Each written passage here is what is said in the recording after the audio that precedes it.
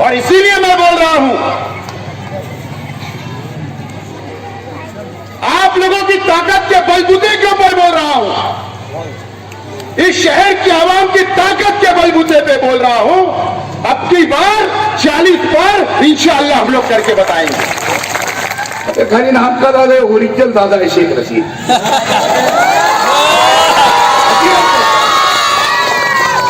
Original hero.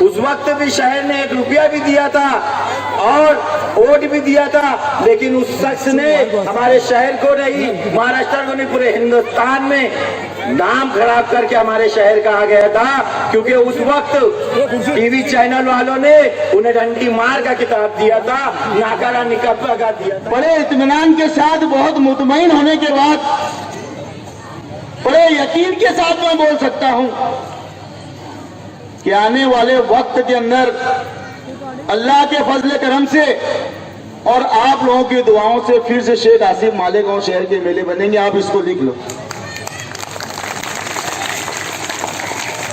मैं उस शख्स का नाम ले रहा हूं जिसने ईमानदाराना तौर पे असेंबली के अंदर मालेगांव शहर की रहनुमाई की है, जिसने ईमानदाराना तौर पे शहर के तमाम दरुआ मामला को असेंबली में उठाया, जो हमारे ख्याल में नहीं था, हमारे तस्वुर में नहीं था। मैं पूछना चाहता हूं शहर की आवाम से कि कौन सा ऐसा मौजू था कि जिसपे शेख आसिफ साहब ने बुलंद बाग आवाज असेंबली में नहीं उठाई? क्या हर तरीके की तकलीफ को सामने रखते हुए मालेगांव शहर का पावरलूम सेक्टर का काम हो, मालेगांव शहर का एजुकेशन का काम हो, शहर के अंदर कुरैश बिरादरी के मामलात हो, शाह बिरादरी के मामलात हो, दीगर बिरादरी के वैलिड के मामलात हो, मैं अगर आप लोगों को गिनाना चाहूं तो यकीनन पूरा वक्त यह खत्म हो सकता है।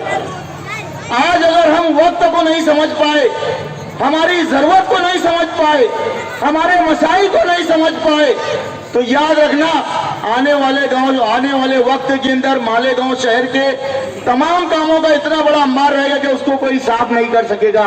शेख आसिफ साहब, ये मालेगांव की जरूरत है। शेख आसिफ साहब को एमएलए बनने की जरूरत नहीं, अब मालेगांव शहर की आवाम की जरूरत शेख आसिफ रहना चाहिए। ये आज़म लेके हमको चलना पड़ेगा। एक वाक्य बताता शेख रशीद शेख आसिफ साहब के ऊपर थे, ये कैसे लोग है ये बता रहा आप लोग को। एक दफे एक जमात जा रही थी, रास्ते में देखे लोगों ने, एक देहात जा रही थी, देहात से लोगों ने देखे क्या, एक आदमी ने देखा कि एक बिच्छू ना छाव ढूंढ रहा था, छाव, धूप बहुत थी। वो शख्सों ने क्या किया, वो बिच्छू को ना उठा लिया हाथ में, उसको छाव देने के लिए हंसते, मगर बिच्छू ने क्या किया मालूम, फौरन उसको डसना चालू कर दिया। इस हाथ पे लिया, इस हाथ पे डसना चालू करा। दूसरे शख्सों ने बोला, अरे भाई साहब, रशीद साहब को बोल रहा मैं, अरे साहब उसको फेंक दो, वो डस रहा है। साहब ने बोले, देखो भैया, वो उसका काम कर रहा है, वो उसका काम कर रहा है, मैं मेरा काम कर रहा, मेरा काम अच्छा करना है और मैं अच्छा करते रहूंगा, कोई कुछ भी करे मेरे साथ। मैं आप लोगों को सिर्फ इतना ही बताने आया हूँ कि कांग्रेस पार्टी काम करने वाली पार्टी है और आप लोग देख रहे हैं, चाहे ताजिब सिंह मेंबर हो, चाहे कमर पहलवान हो, चाहे असलम अंसारी हो, चाहे रप्पो मेंबर हो, हम लोग जब भी मेंबर थे, चाहे माजी मेंबर हो या आजी मेंबर हो, आप उनका टाइम, उनका वक्त देख लो। उन्होंने अपने वार्ड में पूरा काम किया है, किसी भी वार्ड में काम को छोड़ा नहीं, चाहे वो गटर हो, रोड हो या कुछ भी। अभी आप लोग देख रहे होंगे अली अकबर हॉस्पिटल के बाजू में एक रोड का काम चालू है, जो बहुत सालों से मैं समझता हूँ कि जिंदगी में पहली बार वो रोड बन रही है। शेख रशीद साहब की और कांग्रेस पार्टी के मेंबरों की जद्दोजहद से वो रोड का काम चालू हुआ है। ऐसे अनेक काम हैं जो सिर्फ कांग्रेस के टाइम में ही, कांग्रेस के वक्त में ही हो रहा है। मैं शेख रशीद साहब या तायरा मैडम साहिबा की यहाँ पर बात बोलना चाहिए कि शेख रशीद साहब जब से मेयर बने, तायरा मैडम साहिबा जब से मेयर बने, आप लोग देख रहे हैं मुखालिफ एक ही बात बोलते हैं कि जो इक़्तिदार पे लोग बैठे हैं वो काम नहीं कर रहे और काम नहीं कर रहे, शहर में काम नहीं हो रहा है और जश्न बराबर मना रहे हैं, जश्न बराबर मना रहे हैं और बोलते हैं मालेगांव शहर में काम नहीं हो रहा, इक़्तिदार के लोग काम नहीं कर रहे। आज मालेगांव शहर में कोई भी पार्टी का मेंबर काम करता है तो शेख रशीद साहब और तायरा मैडम साहिबा ही ने बजट दिया, इसलिए काम कर रहे हैं। और इंशाल्लाह आप लोग देख रहे हैं कि अभी मालेगांव शहर में जिस वार्ड में आप चले जाओ वहाँ काम ही काम दिख रहा है। तो क्यों दिख रहा है?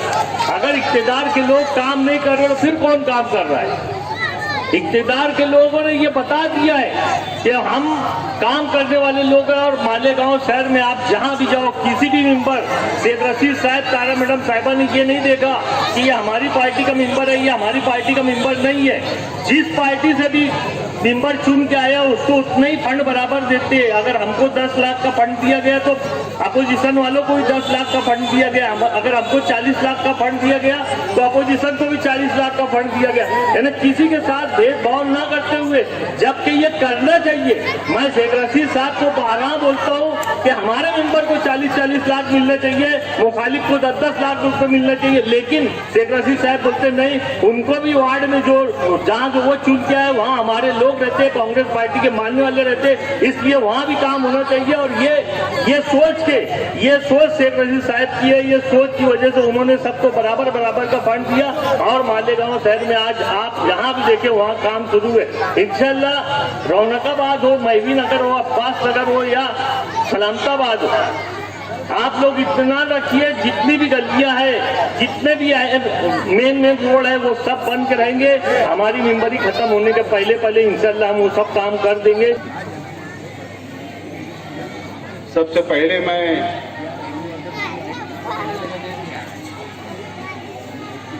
इस इलाके के हमारे सभी नौजवान साथियों का, कारपोरेटर हजरात का, हमारे वर्करों का शुक्रिया अदा करता हूं कि इस मीटिंग को कामयाब करने के लिए आप लोगों ने मेहनत की, हमारे वर्करों तक आप पहुंचने की कोशिश की और इस मीटिंग को कामयाब किया। मैं आपका बहुत बहुत शुक्रिया अदा करता हूं।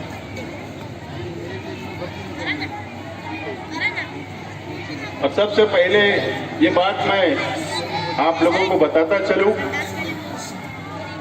कि आज वर्करों की मशवरती मीटिंग तो है और साथ साथ में जिस जगह के ऊपर ये प्रोग्राम हो रहा है, मुंशी अब्दुल लतीफ शाह गार्डन में, यहाँ पर इस जमीन के ऊपर, आधे जमीन के ऊपर एक पत्रे का डोम का एक हॉल जो शादी ब्याह के लिए काम आएगा, संडास बाथरूम, एक रूम और पूरा वॉल कंपाउंड की दुरुस्ती, दोनों साइड में पत्रा, दोनों साइड गेट और ये जो जमीन है इसके ऊपर पूरा कंक्रीट इस तरीके का 50 लाख रुपए से आज शेख रशीद साहब के हाथों तायरा शेख रशीद साहब के खुसूसी फंड से इसका संग बुनियाद भी रखा जाने वाला है। शेख गुलशेर गार्डन जो गुलशनाबाद में है, वहां पर शेख रशीद साहब ने भी अभी 30 लाख रुपए के फंड से अपने हाथों से संग बुनियाद रखकर शेख रशीद साहब आए और वहां के कुछ मोहल्ले के हमारे साथियों की कुछ गलत फहमी हो रही है। वहां पे डोम नहीं बनेगा, बल्कि एक साइड के अंदर 30 लाख रुपए से एक इमारत तामीर होगी और बाकी पूरे ग्राउंड के अंदर कंक्रीट होगा। जो हमारे साथियों का गलत फहमी हो रही है वो अपने जहन से बात को निकाल ले। ऐसे ही 80 लाख रुपए के फंड से गुलशनाबाद और इस रौनकाबाद इलाके के अंदर तामीरी काम की शुरुआत भी हो रही है और बाकी तामीरी काम जो वार्डों के अंदर चल रहे, रोड का, रास्ते का, गटर का, वो लोग आप लोग अपनी आंखों से देख रहे हैं। मैं समझता हूं उसके अंदर ज्यादा तफसील में जाने की मुझको जरूरत नहीं है।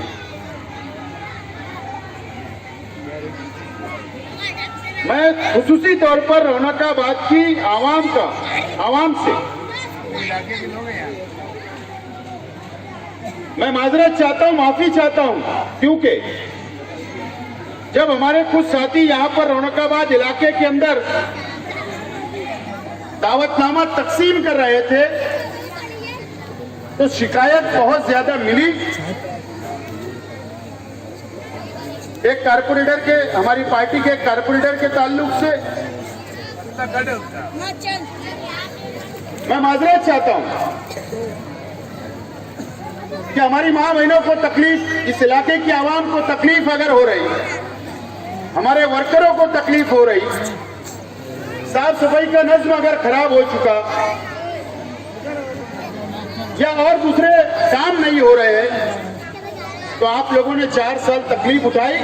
इंशाअल्लाह आइंदा 1 साल आप लोगों को तकलीफ नहीं उठाना पड़ेगी, क्योंकि अगर यहां पर 80 लाख रुपए की तामीरी काम हो रहे तो जाहिर सी बात है कि शेख रशीद साहब की और हम लोगों की नजर रौनकाबाद और इतराफ के इलाकों के अंदर है कि इस यहाँ की आवाम की क्या तकलीफ है, उसको हल करना अब हमारी जिम्मेदारी है।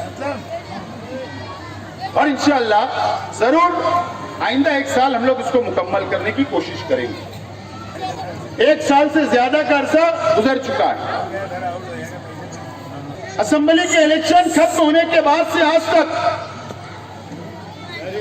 हम लोग हमारे वर्करों से नहीं मिल पाए, कोई हम लोगों ने बड़ी मीटिंग नहीं की। आप लोगों के मसाइल नहीं सुन सके। उसकी एक ये भी वजह है कि कोरोना जो बीमारी चल रही है, लॉकडाउन एक बहुत बड़ा पीरियड से हम लोग गुजर रहे हैं और इस वजह से कोई प्रोग्राम वगैरह हम लोग नहीं ले पाए, आप लोगों से मुलाकात नहीं हो पाई। लेकिन हम लोगों ने सिलसिला शुरू किया, हर इलाकों के अंदर जाकर वर्करों से मुलाकात करना, आवाम से मुलाकात करना। ये बात का मुझको इल्म है और आप लोग भी इस बात को जानते हैं, समझते हैं कि असेंबली के नतीजे के बाद हमने हमारे वर्करों की आंखों के अंदर आंसू भी देखे। असेंबली के नतीजे के बाद हमारे वर्कर जो मायूस हो गए, हम उनकी मायूसी को भी हम लोगों ने देखा और हमने हार भी देखी और सामने वालों का जश्न भी हम लोगों ने देखा। और सब लोगों को इख्तियार है कि जश्न बनाना चाहिए और हमारे वर्कर मायूस हुए तो मैं आज हमारे वर्कर साथियों से, हमारे भाइयों से यह कहना चाहूंगा कि हमको कोई मायूस होने की जरूरत नहीं। हम लोगों को एक नई ऊर्जा के साथ, नए हौसले के साथ हम लोगों को आगे बढ़ना है।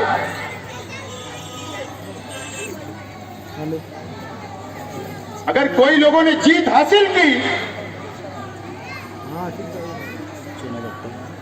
तो उन्होंने ईमानदारी से जीत को हासिल नहीं किया।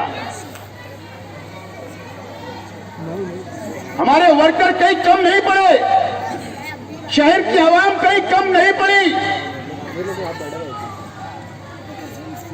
ईमानदारी की ओट हमें मिली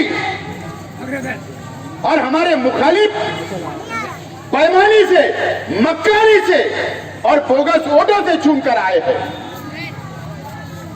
और हमने इस शहर के अंदर साबित कर दिया।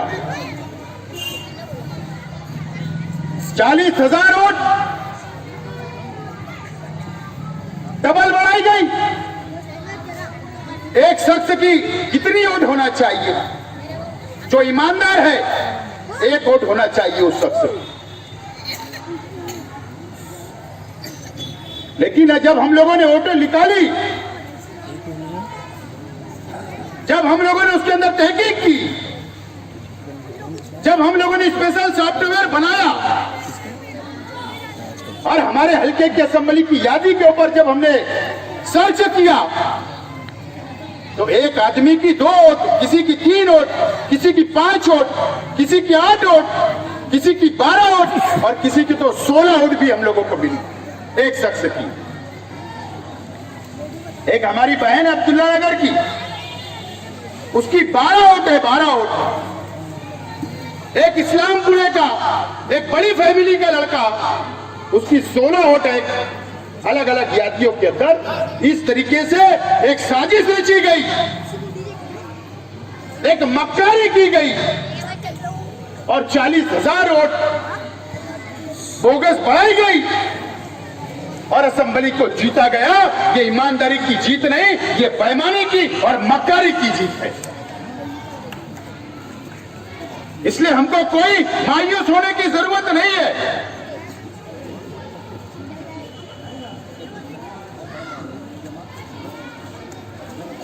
हमारे साथ शहर की ईमानदार आवाम है।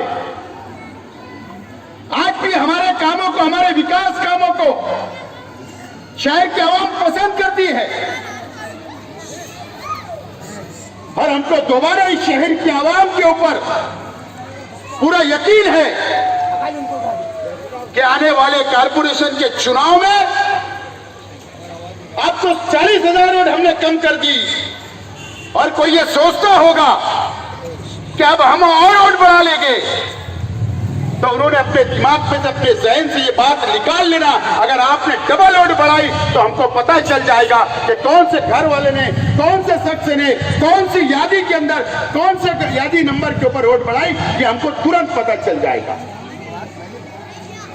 अब बोगस वोट नहीं होगी, अब ईमानदारी का इलेक्शन होगा। अगर कोई जुगारी, कोई शराबी, अगर कोई हमारा गैर भाई अगर बेईमानी करता तो हम समझ सकते थे, लेकिन एक आलिम ने बेईमानी की, एक आलिम ने मक्कारी करके असेंबली का इलेक्शन जीता है। और अल्लाह का करम है, हमारे वर्कर, जाबाज वर्कर को मैं सलाम करता हूं कि सिर्फ एक मक्कार आलिम से हम लोगों ने इलेक्शन को नहीं लड़ा, बल्कि 2 भाई खलीफा से भी हमको लड़ना पड़ा था, वो हैदराबाद से आए थे। ये पूरे लोग एक होकर हमारे खिलाफ मुकाबला कर रहे थे और हम अकेले आप लोगों के भरोसे, आप लोगों के साथ में मिलकर हम लोगों ने संघर्ष किया। और अल्लाह का करम है कि पिछले असेंबली के 14 के असेंबली इलेक्शन से भी हमने 6,000 वोट को ज्यादा हासिल की है। इस बात का सबूत है कि शहर की ईमानदार आवाम और शहर का वर्कर, हमारा जाबाज वर्कर आज भी हमारे साथ है। अब ईमानदारी का इलेक्शन कारपोरेशन का होगा। अब असेंबली हल्का 114 की बोगस वोट हमने निकाली, तो अब नया फंटा शुरू हो गया। विधानसभा असेंबली 115 जो दयाना, दरेगांव, मालदा, पता है आपको? मैंने बोला था, बहुत खराब लगा कि पैजामे की नाली से 4 लोग लटके हुए। उसी इलाके के अंदर 8000 वोट डबल की गई थी। सोहराब आजमी साहब की तो 5 यादी में नाम, 5 जगह जाकर वोट डाले थे पूरे परिवार की, और बहुत लोग हैं, नाम लेना मुनासिब नहीं है इस इलाके के। पूरे गांव की वोट वहां डाल दी गई। अब जब वहां की वोट का टुकड़ा साफ हो गया, बोगस वोट खत्म हो गई, तो बोले अब क्या करना, तो मालदा शिवार की यादियों के अंदर फिर काम बताना शुरू करें। उनकी गलत समझ है, दूर कर लेना चाहिए। कारपोरेशन की लिमिट के अंदर जितनी यादी रहेगी, आप वहां पर डबल वोट बढ़ा के बताना मेरा चैलेंज है। सब पहली नंबर पता है हमें, और कंप्लेन भी हम लोगों ने दे दी, और इसीलिए मैं बोल रहा हूं, आप लोगों की ताकत के बलबूते के ऊपर बोल रहा हूं, इस शहर की आवाम की ताकत के बलबूते पे बोल रहा हूं। अब की बार 40 पर इंशाअल्लाह हम लोग करके बताएंगे।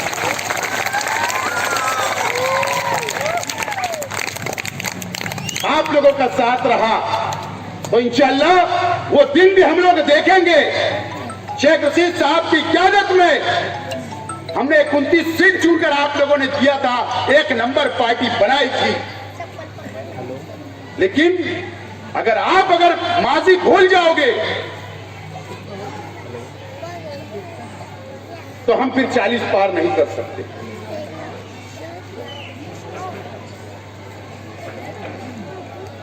अगर आप 1 साल पहले का असेंबली इलेक्शन भूल जाओगे,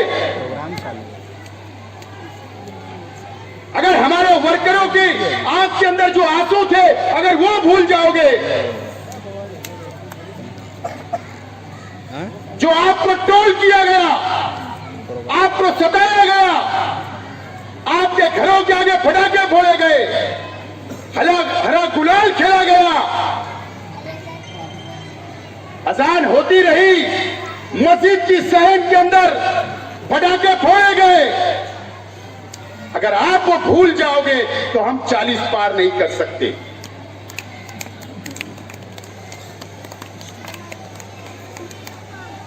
अगर वो याद रखोगे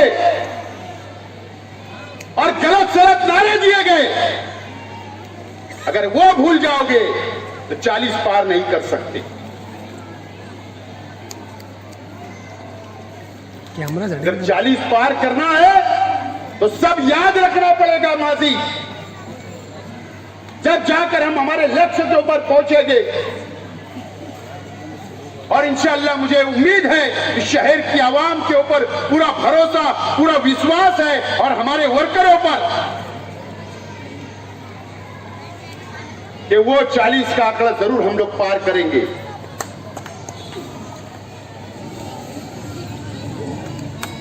मुझे बताओ आप लोग,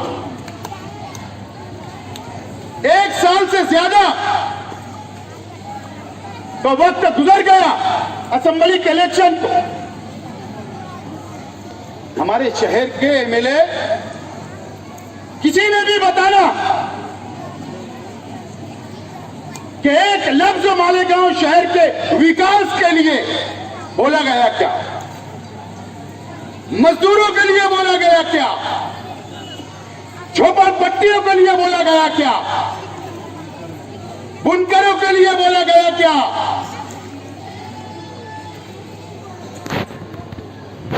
या भारतीय जनता पार्टी के खिलाफ एक लफ्ज बोला गया क्या, क्या नुमाइंदगी की गई क्या, एक लफ्ज भी नहीं बोला गया। कोरोना महामारी चल रही थी, पूरा शहर कस्म था, परेशान था। मुझे बताओ, क्या आपकी बस्ती के अंदर शहर का एमएलए ने आके पूछा कि आप किस हाल के अंदर हो? किन किन लोगों को कोरोना हुआ है? ये खुद 1 महीना क्वारंटाइन हो गए और इन्होंने कोई काम कोरोना महामारी के अंदर नहीं किया, आवाम को कोई सहूलत नहीं दी। सिर्फ जो जकात का माल हैदराबाद से आया था उसमें बाटी बाटा के अंदर लगे रहे, हिस्से के अंदर लगे रहे, कौन कितना ले जाएगा उसमें भी हिसाब कम हो गया, आवाम तक पहुंचा नहीं, अपने करीबियों के अंदर बांट दिया गया।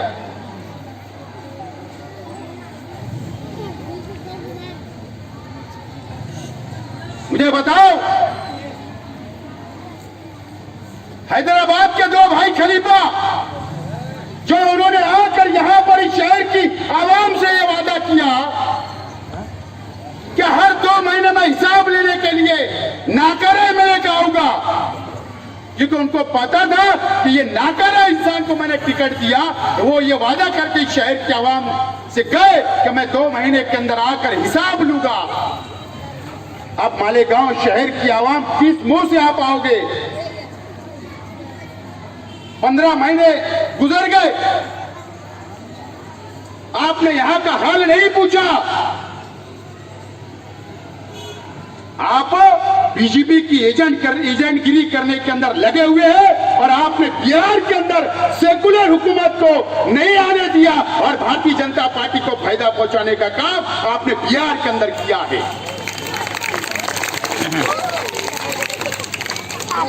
जहां पर 35% आबादी कलकत्ता राज्य की है, रियासत की है, जहां पर भारतीय जनता पार्टी रोजाना अमित शाह हर महीने भारतीय जनता पार्टी ने वहां डेरा डाल दी कि वहां की हुकूमत को कब्जे में करने के लिए, ममता की हुकूमत को उखाड़ फेंकने के लिए भारतीय जनता पार्टी ने पूरी ताकत लगा दी। और इसके लिए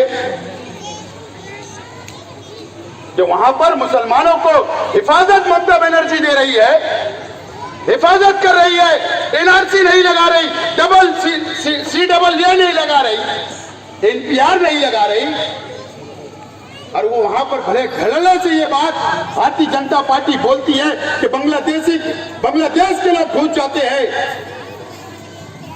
और वो सपोर्ट करती है वहां के बांग्लादेशी को नहीं, बल्कि बंगाल के रहने वालों को, मुसलमानों को प्रोटेक्शन देने का काम करती। इसलिए भारतीय जनता पार्टी वो सरकार बनाने जा रही और वोट का डिवाइडेशन करने, भारतीय जनता पार्टी को फायदा पहुंचाने के लिए आप बंगाल के अंदर इलेक्शन लड़ने की बात करते हो, मुसलमानों की वोट का डिवाइडेशन करते हो। क्या आपको कभी ये समझ में नहीं आ रही बात? अरे उत्तर प्रदेश का एक लीडर आजम खान एक पार्लियामेंट के अंदर एक तकरीर किया भारतीय जनता पार्टी के खिलाफ, नरेंद्र मोदी के खिलाफ, अमित शाह के खिलाफ पार्लियामेंट के अंदर एक तकरीर आजम खान करता है। उसकी बीवी को, उसके बच्चों को जेल के अंदर डाल दिया जाता, आज तक जमानत नहीं होती। सिर्फ उनकी बीवी की अभी जमानत हुई, 100 केस डाल दिए जाते। क्यों? कि वो सच्चा आदमी है और वो भारतीय जनता पार्टी की आंख में आंख डालकर बात करता है और वो मुसलमानों का हमदर्द है, इसके लिए उसको जेल में डाल दिया जाता। आप पर भारतीय जनता पार्टी, RSS की हुकूमत क्यों इतनी मेहरबान है? इसलिए कि आप बाहर रह गए तो आप भारतीय जनता पार्टी की सरकार हर रियासत के अंदर बनाने का काम करोगे, भारतीय जनता पार्टी को फायदा पहुंचाओगे। आप बेईमान हो, आप कौम के गद्दार हो, इस देश के मुसलमानों के गद्दार हो आप, डिवाइडेशन करके भारतीय जनता पार्टी की हुकूमत हर रियासत के अंदर बनाने की आपने जो सुपारी ली है, अब इस देश का मुसलमान ये समझ चुका है। अब आपके झांसे में नहीं आएंगे। अभी गुजरात आप देखिए, गुजरात के कारपोरेशन के चुनाव शुरू होने वाले, वहां पर कांग्रेस पार्टी ने मुकाबला की असेंबली इलेक्शन के अंदर 8-10 सीटें चूक गई। भारतीय जनता पार्टी ने बेईमानी से सरकार बना ली, वहां मुकाबला कर रही। अब ये वहां पर जाकर कारपोरेशन और असेंबली की बात कर रहे हैं। वो गुजरात जो मुसलमानों की लाशों के ऊपर एक वजीर आजम और एक गृह मंत्री बनकर बैठा है, आप उस रियासत के अंदर भी उनको फायदा पहुंचाने के लिए जा रहे हैं, क्योंकि गुजरात की आवाम भी समझ गई कि जो दो लोगों को वहां पर बैठे हैं उनको उखाड़ फेंकना है, तो आप उनकी मदद करने वहां निकल गए। मैं नौजवान साथियों से कहूंगा कि हम लोगों को समझने की जरूरत है।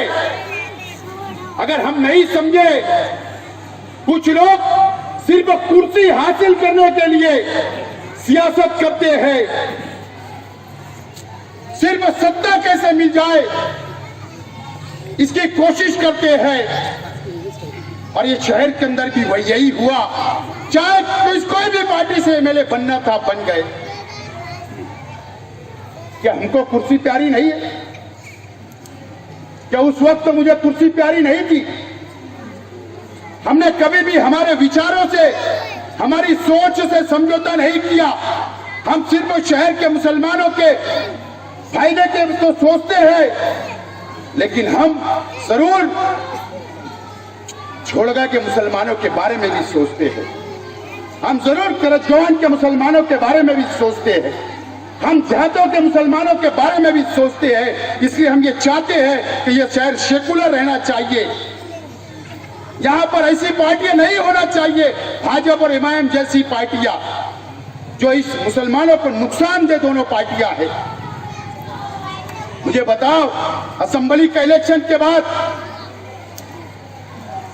जो चादर बेचने जाते थे देहातों के अंदर, जो भंगार का धंधा करने जाते थे, जो छोटा मोटा व्यापार करने, कोई हलवाई का मिठाई लेकर कोई रेडीमेड बेचने जाते थे, क्या आपको तकलीफ नहीं हुई? क्या आपने मेरा लेटर लेकर नहीं गए? मैंने आपको लेटर बना कर दिया इलेक्शन हारने के बाद भी कि ये हमारे वर्कर है, ये कांग्रेस के वर्कर है, ये सेकुलर है। आप बता देते, आपको छोड़ दिया जाता। ये तकलीफ जो ये शहर के आवाम को भुगतना पड़ रही, कोई तामीरी काम नहीं, कोई काम यहाँ पर शहर के अंदर विकास और डेवलप की बात आज का एमएलए उसकी पार्टी नहीं करती। सिर्फ मुफाद किस तरीके से हासिल किया जाए, और यही मुफाद हासिल करने के लिए ये फिर कारपोरेशन के अंदर एक हो गए, क्योंकि तुमको किस तरीके से हरा सके। लेकिन आज आप लोगों को सोचने की जरूरत है, समझने की जरूरत है। इलेक्शन हारे हिम्मत नहीं, और आप लोग की ताकत के बलबूते के ऊपर हम ये बता देना चाहते हैं, कल एक मेडिकल जिसकी गोल्डन नगर के अंदर है, उसने व्हाट्सएप के ऊपर ये लिखा कि शेख आसिफ को पिलखोड़ भेज दो।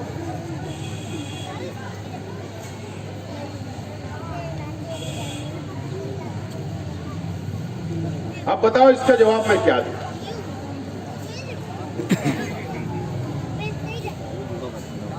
ये हमारे पार्टी के वर्कर बुज़दिल नहीं है, और ये लिखा गया कि ये चूड़ी पहनाने वालों को पिलखोड़ भेजो। हम तो चूड़ी पहनाने वाले हैं, मैक्सी पहनने वाले नहीं है।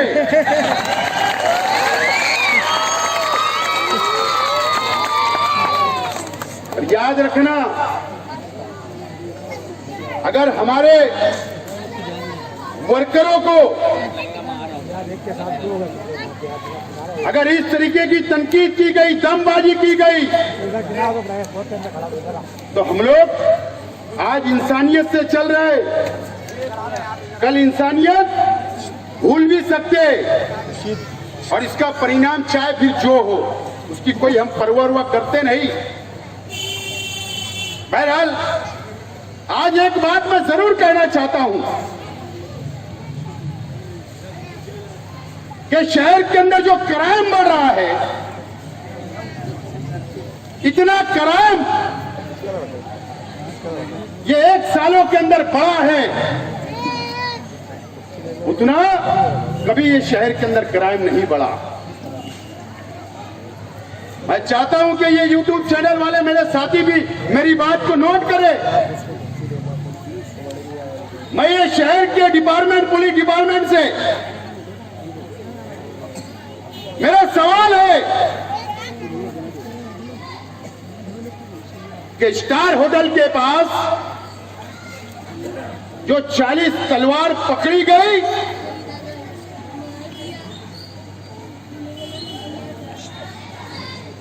वो सही मानों में बाहर से लाई गई कि उन लोगों ने लाई थी, या पुलिस डिपार्टमेंट के कुछ लोगों को मिली भगत से, प्लानिंग से उन लोगों को दी गई और उसके बाद रेड की गई, वो डुप्लीकेट रेड थी?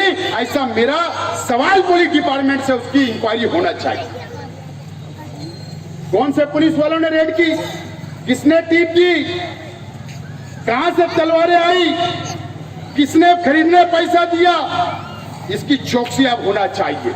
अगर ये शहर के वरिष्ठ अधिकारी चौकसी नहीं करेंगे तो मैं खुद मंत्रालय में गृह डिपार्टमेंट को लेटर देकर चौकसी मांगूंगा। पुलिस को बहुत डर लगने लगा है, हमको पुलिस से बहुत, मुझको तो बहुत डर लगने लगा।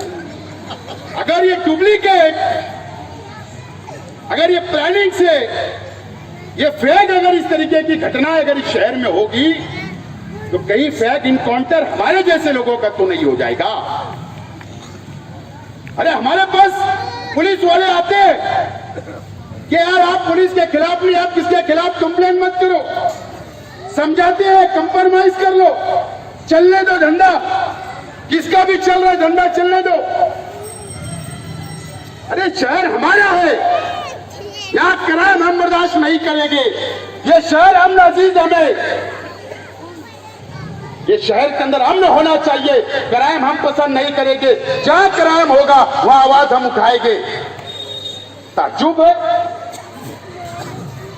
मांडोली करने पुलिस के भी लोग आते, बहुत ताज्जुब की बात है। बहरहाल आइंदा और इस सब ताल्लुक से बोलूंगा, लेकिन इंक्वायरी तो इसकी होना चाहिए। कुछ तो दाल में काला हुआ था जब 40 तलवारें पकड़ी गई, कुछ तो हुआ था।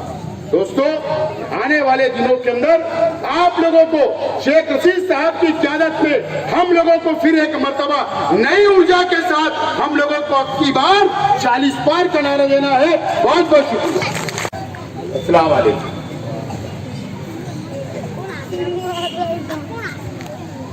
दोस्तों, इब्तिदा तो एक बहाना था, लेकिन आप लोगों से मिलने भी आना था।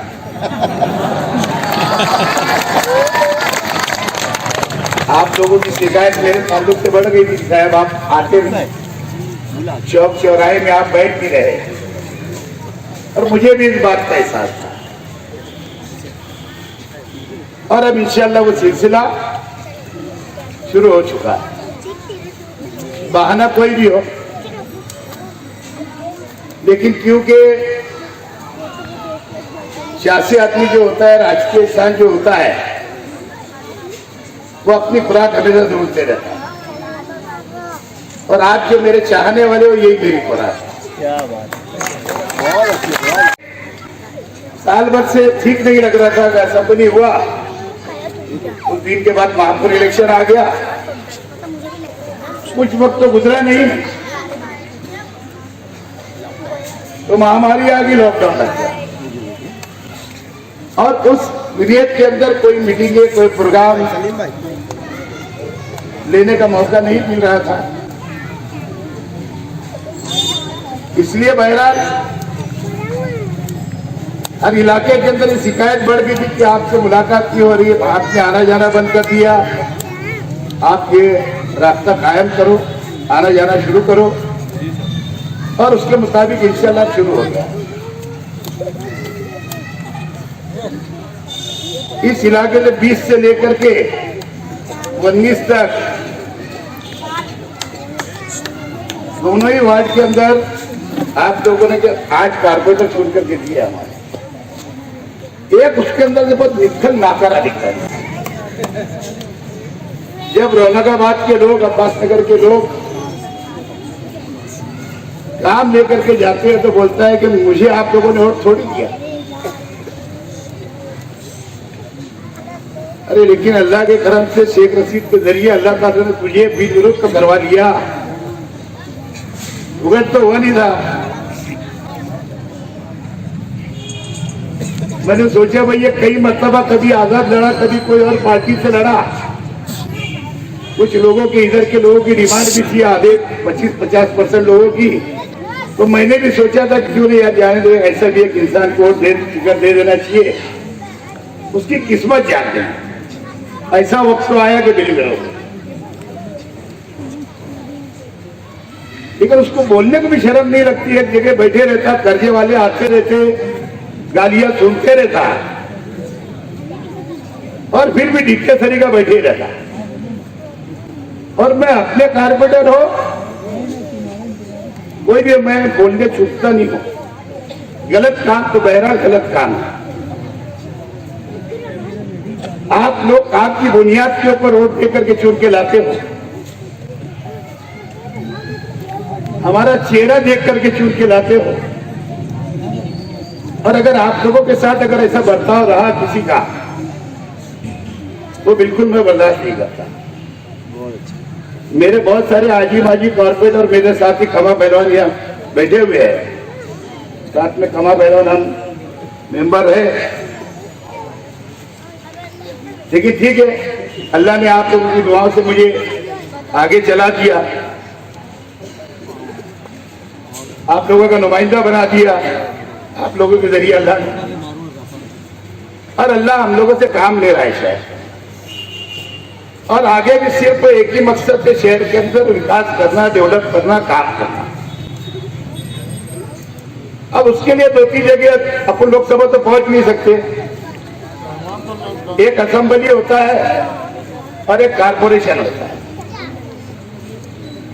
और कारपोरेशन एक ऐसी जगह है कि असेंबली के मेंबर से ज्यादा काम कारपोरेशन के जरिए डेवलप इंसान शहर को कर सकता है। बहरहाल कभी 9 सीट मिली, कभी 15 मिली, कभी 18 भी मिली, कभी 25 भी मिली, फिर 28 भी मिली, 29 हो गई। और अल्लाह ने मौका दिया, अगर मैं चाहता तो जो सेकंड टाइम था 2012 का बात का, जब मरूम बुलंद इकबाल को हम बनाने की कोशिश कर रहे थे, अगर मैं चाहता तो दोबारा हमारा ही रिपीट, आपका ही माको रिपीट हो सकता था। लेकिन मैंने ही सोचा था कि मरूम बुलंद इकबाल को बना दिया जाए, ये मेरी कोशिश थी, लेकिन अल्लाह की मर्जी नहीं थी। तो बहरहाल 5 साल से अभी हमको मौका मिला। पहले मैं महापौर था, कुछ काम हुए, कुछ नहीं हुए, लेकिन ऐसा है जब नगर पालिका थी तो एक तो के अंदर कानून में फर्क था। अब ये महापालिका है, 2.5 साल मैंने महापौर बन के देखा, बोले अभी कारपोरेशन समझाओ, एक तो समझाओ, ये तो मेरे से चालक कारपोरेटर यहाँ बैठे हैं। लेकिन मैं अब समझ गया 2.5 वर्ष के अंदर, और अब समझने के बाद अभी महापौर तायरा शेख जो बने, फिर अब कारपोरेशन के ऊपर ध्यान में ज्यादा दे रहा, और ये लाइन में अब लग जाओ कि शहर कैसे अच्छा बन सकता है, कैसा अच्छा डेवलप हो सकता है। 2-3 चीज है।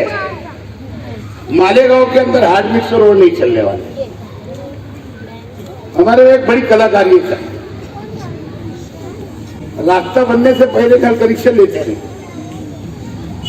रास्ता बन गया 8 दिन के बाद खोद देते नल कनेक्शन लेते, बना तो 10 डेग लग जाती है डामर रोड के, फिर कारपोरेटर बदनाम, कारपोरेशन के लोग बदनाम, अधिकारी बदनाम, महापौर बदनाम। लेकिन मैं गुजारिश करूंगा यहाँ भी अगर आर्मिक्स रोड जो हमने तय किया है, ये 30 फीट तक के जितने भी रोड रहेंगे वो आर्मिक्स रहेंगे, वो सब सीमेंट रोड रहेंगे। और 30 फीट के ऊपर के जितने भी रोड रहेंगे 40, 50, 60 वो सब आर्मिक्स रोड। और इसकी शुरुआत हम लोग कर चुके। आगरा रोड का जो टेंडर हुआ है कल उसको ओपन होना है, वो एक मॉडल देना है शहर में,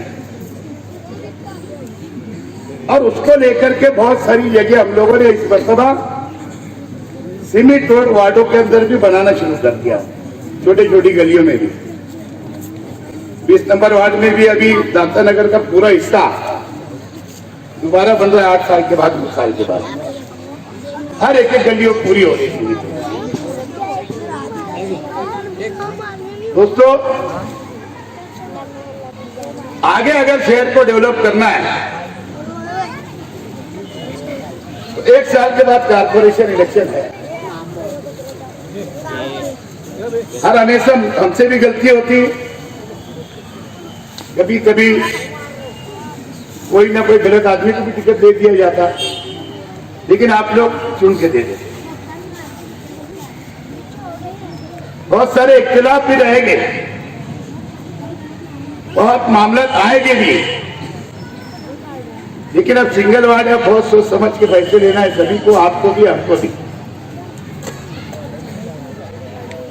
आसिफ भाई जैसे बोले कि अब 40 पार, 40 के ऊपर मेजॉरिटी है। अब यहाँ के जो दूसरी पार्टियां है अपने आप को सेकुलर तो बोलते हैं, लेकिन सब जातिवाद पार्टी के सदस्य हैं। बीजेपी और आरएसएस, और ये मुसलमानों की एक आरएसएस निकली है, दो भाई खलीफा वाली, अच्छा नाम रखे, 2 भाई खलीफा। मुझे बताओ, सेना वाले हो, कांग्रेस वाले हो, राष्ट्रवादी वाले हो, क्या इनके विरोध में गए ईडी की नोटिस आ जाती है? ये 2 भाई खलीफा को ईडी की नोटिस ही नहीं आ रही है ना। हर जगह इनसे माल भी किससे बटे रहे हो, सब आरएसएस बीजेपी के, और अंदर तो किसके बन रहे, मुसलमानों के। बड़े धड़ंके से बोलता हूँ भाई रिश्ते, कि हम पार्टी चलाते हैं, हमको अधिकार है, लोकशाही, हम कहीं भी जाके इलेक्शन लड़ सकते हैं। अब 2 भाई खलीफा के अंदर अगर खम है तो या मुसलमानों की वोट वहीं क्यों इलेक्शन लड़ता है? मर्द है तो क्या हमारे हम मतलब साथी हिंदू भाई बसते हैं, वहां भी इलेक्शन लड़ना चाहिए। देखो कितनी ताज्जुब की बात हुई, हैदराबाद में जो तेलंगाना पार्टी है उसकी टीआरएफ की आधी सीट कम हो गई कारपोरेशन, इसकी 44 थी, 44 का 44 आ गई। बोलो क्या आरएसएस की दोनों आरएसएस बोलना पड़ेगा ना, क्या मास्टर साहब, एक नया नाम ही है वो। हमको पूरे देश के कलमा को भाइयों ने इस बात को समझ लेना है, और सेकुलर हिंदू भाइयों ने भी समझना चाहिए, समझ रहे आप। तो ऐसा कोई भी मदारी का खेल ज्यादा दिन नहीं चलता। 10 साल पहले का रिकॉर्ड देखेंगे, शुरुआत में उन्होंने कहा से किए 2 भाई खलीफा ने, बोले हैदराबाद में खाली आधे घंटे की छूट दे दो मुसलमानों, वहां से हिंदू भाइयों को एक करना शुरू किए। ये ने पहले से 60 गार्ड बनी थी, मोदी और अमित शाह सरकार में आने वाले थे, और प्रोग्राम में 10 साल पहले बना था। वहां से लेकर के इनके हर जगह प्रोग्राम चल रहे, और जा करके हर जगह सक्सेस हो रहे। महाराष्ट्र की अगर लोकसभा की सीट देख लो, विधानसभा की सीटें देखो, हर जगह इन्होंने नुकसान पहुंचा है और हमेशा सेकुलर पार्टियों को ही पहुंचाते हैं। ये इनके प्रोग्राम के अंदर एक मिशन है। ये तो हमारे शहर के झूठे समझ गए ना, झूठे आमदर को जम नहीं रहा है। हालांकि कोशिश में लगे दो भाई खलीफों के जैसा मैं कैसे करूं, लेकिन उनको नहीं जमने वाला है। वो खाली यहीं तक अच्छे हैं। महाराष्ट्र में जाते हैं, चुनकर गए, असेंबली का विधान इलेक्शन पीछे भी जीता था, अभी भी जीता। चुनकर जाने के बाद एक की नहीं थी माल किधर से आएगा। अभी भी 3-3 करोड़ रुपए वसूल किए थे। सरकार में वोट करने का 3 करोड़ रुपए ले चुके और वहां जाके बीजेपी में वोट ले लिए, पैसा ले लिए और नॉन वोटिंग कराएंगे। पैसे कहाँ जाके फंसा दिए मालूम है? पालघर के अंदर एक लिटिगेशन की जमीन में डाल दिए। वहां से इतने बड़े हुए तो कहीं भी लगते नहीं पालघर वालों को। सोने की स्मगलिंग होती थी वहां तो किसी जमाने में। अब उनको जाके पूरने वाले हैं क्या? खाली मालेगांव वालों गुमराह करके, आलिम का ढोल बता करके साथ में दूसरे आलिमों को भी बदनाम करना और अपना फायदा लेने का और आगे निकलने। 14 साल हो गया, अभी 2 दिन का असेंबली चला। वो भी कुछ मकसद से गए थे और उसके अंदर इस मतलब एक आधा घंटा शायद बैठे, 2 दिन में से 1 दिन में। ऐसा मैं रिपोर्ट लेते रहता हूँ। वो वहां रहते, मेरी नजर उसके पीछे रहती है कि कितने घंटे ड्यूटी दे रहे हैं मालेगांव वालों की। आसिफ भाई ने बताया, देखो ना बुनकरों के लिए आवाज उठाई, ना मजदूरों के लिए आवाज उठाई, ना बिजली कंपनी प्राइवेट करके ना उसके लिए आवाज उठाई। ज्यादा दूर क्यों जा रहे? आवाज क्या उठाते मालूम है? मछलियां हमारे देश के अंदर मर गई, बोले क्या हुआ 1 साल से आके मिले? कितने साल का देगा है तुम्हारा? मुझसे क्यों नहीं मिले? अभी आपने तो मतलब क्या सरकार देती है ठेका, किनसे नहीं को मिलेंगे? खाली इसके लिए जाके धतिंग होती है, पैसा किधर से आएगा? दोस्तों, शहर को सोचना पड़ेगा। शहर का अगर डेवलप करना है तो ऐसे लोगों से सावधान रहना पड़ेगा। तेरी मेरे पर, तेरी मेरे भी नहीं आना पड़ेगा, क्योंकि हम उसके जिम्मेदार हैं। हम जज्बात में बह जाते और वोट देकर के आखिरी में पछताते, 5 साल पछताते। अरे यार गलती हो गई, फोन आते रहते मुझे, साहब यहाँ काम करना है, साहब ये वार्ड में काम करना है। इलेक्शन आता तो समझा के बोलो यार, हमारे पूरे पैनल निकालो, पूरी सीट निकालो, ताकि मेजॉरिटी मिले तो आप लोगों को काम करने के अंदर कच्चे एरिए काम करने में हमको आसानी होगी। लेकिन आप कब खुलती है मालूम है? जब पूरा वक्त गुजर जाता, पूरे शहर में जब काम शुरू हो गए, होने लगे अच्छे ढंग से, जब जाकर के किनारे पट्टे से भी हमको फोन आने लगे। आगे का जो मिशन 1 साल के बाद था, हर जगह से अल्लाह के करम से, आप लोगों की मेहनतों से, दुआओं से, कार्यकर्ता के जरिए हर जगह से कांग्रेस की सीट पे लाट निकलना चाहिए शहर में। लाट, ये सब भेड़िए है ना, या 2 भाई खलीफा हो, चाहे मैक्सी वाले हो, अब तो कलर की मैक्सी पहन रहे हैं। उसमें ही फैशन आ गया था आदमी। ये छोकरे ने वो पहनना बंद कर दिया। कहा यार? हाँ यार, ये जैकेट पहनना बंद कर दिया उसकी मैक्सी।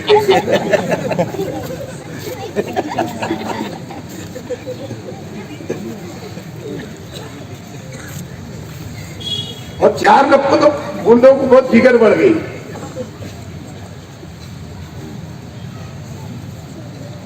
किससे नहीं गए, कभी शादी में किससे लड़ पड़ते हैं, कभी मैयत के अंदर किससे लड़ पड़ते, समझ गए क्या? कौन लोग हैं यहाँ पे ऐसे? क्या बोला? तुम्हारे पुराने दोस्त उनको भी याद है। मैं भी इंतजार ही कर रहा हूँ, अभी तक बहुत इज्जत कर रहा था। ये जाने तो बड़े हैं, इनके जैसे 70 साल की उम्र हो गई, इधर गुजर करता था, वो क्या समझते थे मैं डरता हूँ। और क्या 2-4 साल से कुछ हो नहीं रहा ना, मेरे तरफ से अब कार्रवाई नहीं होती। तो शहर के अंदर कुछ लोग ऐसे सोचने लगे, चलो मैं डर गया हुआ, मैं तो शेख रशीद अल्लाह से खाली करता है। तो वहां बोला हूं मैंने, जितनी मेरी खटकी गिरी मुझे लोग भी लगते हैं। तो शतरंज का खेल देखे ना, लंगड़ा घोड़ा क्या करता, एक और दिखता भी नहीं पाए। अगर कुछ करने पे आता तो दिखता नहीं, सोचने ही लगता है इंसान वो कौन था। क्या बात है, बहुत अच्छा। मैं जेल जाने डरता अभी भी, अगर अभी भी मौका है ना, कभी डरता नहीं। सब आदत है, मेरे को सब तरीका सीख लेना पड़ता पहले के पहले एडवांस। इनसे तो सालों से फर्शियों में सो ही नहीं जाता है ना, खाली सुक्की होल देते रहते हो। कुछ लोग आग पे जाते, अब बचा कुचा जवानों के बुद्धों के आग पे जाते जाते थे, अब लेडीज पापा के आग पे जाते। बताओ कितना बेशरम आदमी होंगे, शर्म नहीं लगती उसको। अबे खाली नाम का दादा है, ओरिजिनल दादा है शेख रशीद।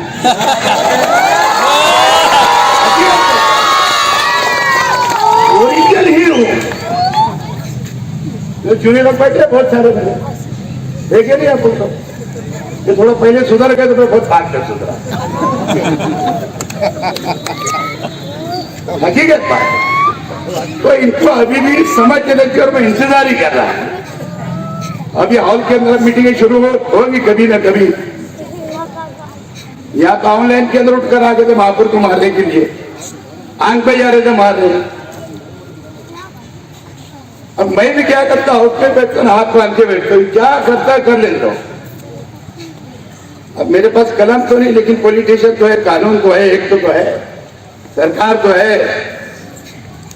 ये मारने की बात बोला तुम लोग कुछ और समझ रहे हो। खटकी के लिए तो कानून की बात रहती है ना। पीआई रहता, डिप्टी रहता, एडिशनल एसपी रहता, एसपी रहता, आईजी रहता, फिर डायरेक्ट ऊपर जाने का प्रांत से नहीं कुछ होता है।